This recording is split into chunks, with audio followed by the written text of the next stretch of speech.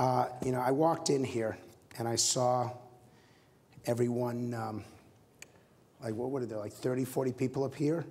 And the last time I saw, I thought you guys were electing a pope or something. So I've got for you some language, and I'm going to get right to it, and I hope this thing works, and it should. I want to try to provide, by the way, the lights are really bright. I need to see you.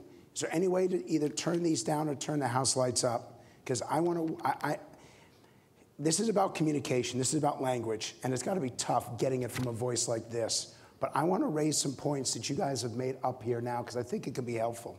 The first thing is, and man, you're good, and I want you to stay in the White House, because I know that when you run for office, you're going to win whatever you run for. You talked about comprehensive immigration reform. Here's the problem with that. When people hear the word comprehensive, they get nervous. It sounds too big for them. It sounds too frightening for them. Common sense immigration reform by better than 2 to 1 is what the American people are looking for. So I urge you, because I know that you want to be heard, I want you to be listened to, and I want them to agree with you. And so the language matters, so that's one. Second is you call it marketplace fairness, but what it really is Main Street fairness. We don't really know what a marketplace is, but we absolutely have a vision in our head of Main Street USA, and we still love it, and we still respect it, and it still matters. Third, we talk about schools. The problem is schools are a building. We got these young people here. Congratulations for talking your way here. I urge you, the bars at Georgetown are awesome.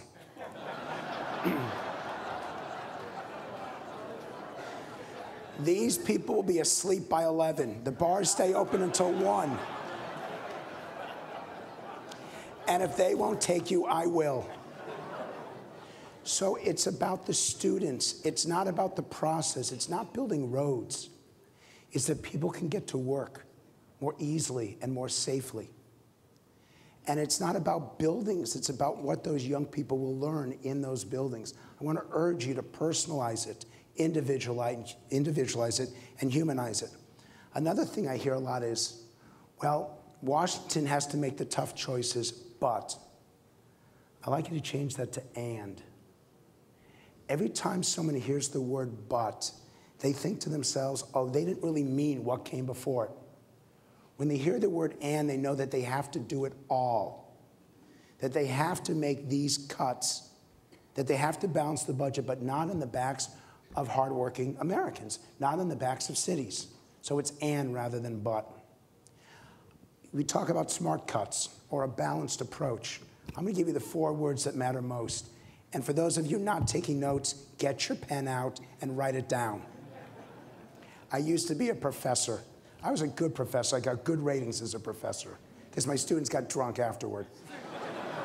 That was the surest way to get great reviews, is to take your kids out, particularly when they weren't even of drinking age. But anyway, I did not say that. If there's a camera on, shut that off.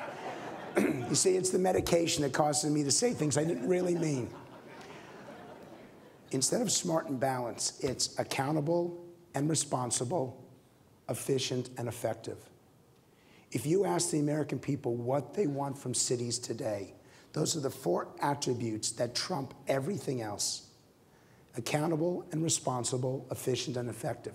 If they believe that you've delivered that, they will truly believe that you are a great public servant. Couple more. They want to know that you mean it. And I know you mean it. I mean, you're incredible. And I'm trying to think, what story can I just make up on my way up here?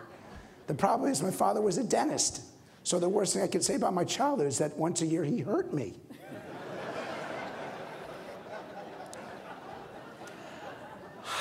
May you rest in peace. Real, genuine, and authentic. Those 3 words matter in your communication. Real, genuine, and authentic. When you want to be really dramatic, and you want to show them that it matters to you, you talk about a genuinely innovative approach or an authentic solution. You need to add those 3 words to say that it really does matter. And the last thing is that you talk a lot about community. I want you to bring it down even further. I want you to bring it down to neighborhood. Because yes, we're all part of communities, but we live in neighborhoods. And for those of you from cities, even from the biggest cities, I went to school in Philadelphia, but it was the West Philadelphia neighborhood. Now, the mayor of Philadelphia is sitting there. And when I was at Penn, and this really happened, and this is how you know about neighborhoods. We got one person from Penn. I'm sure your grades are better than mine. Philadelphia was famous because at the Philadelphia Eagles game, and I'm a big Eagles fan, you all actually threw snowballs at Santa Claus. So I complained to the mayor, what kind of city throws snowballs at Santa Claus? You know what he says to me? He was a bad Santa Claus. I love it. I will never forget that. I have told that story so often, I owe you about $10,000, sir. Allow me to show you now, because I don't have much time. Allow me to show you. And Mayor, you're in here. I just don't know how early in the presentation, because Mayor Nutter is one of the great communicators in America today.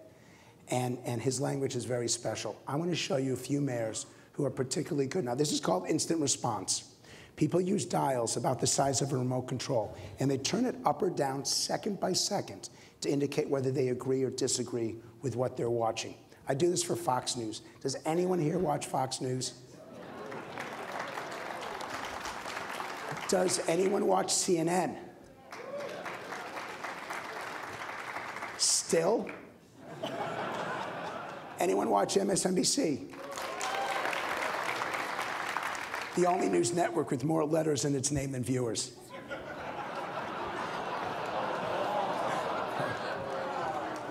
Oh, you know, I love that. You know what? I'm entertaining me when I say that. So remember, the higher the lines go, the more favorable the response. Here's the mayor of Atlanta, who's done a fantastic job communicating the effectiveness of his commitment to business and growing his city. Remember, the higher the lines go, the more favorable the reaction. Today, we have hired more than 14,000 people through that program that was launched in January. And we have more than 1,400 companies that are participating. And we took an opposite approach. I mean, rather than criticizing the business community, we really went out, we engaged the business community, and just said that if you have the capacity to hire an individual, or if you're thinking about making that decision, make it right now.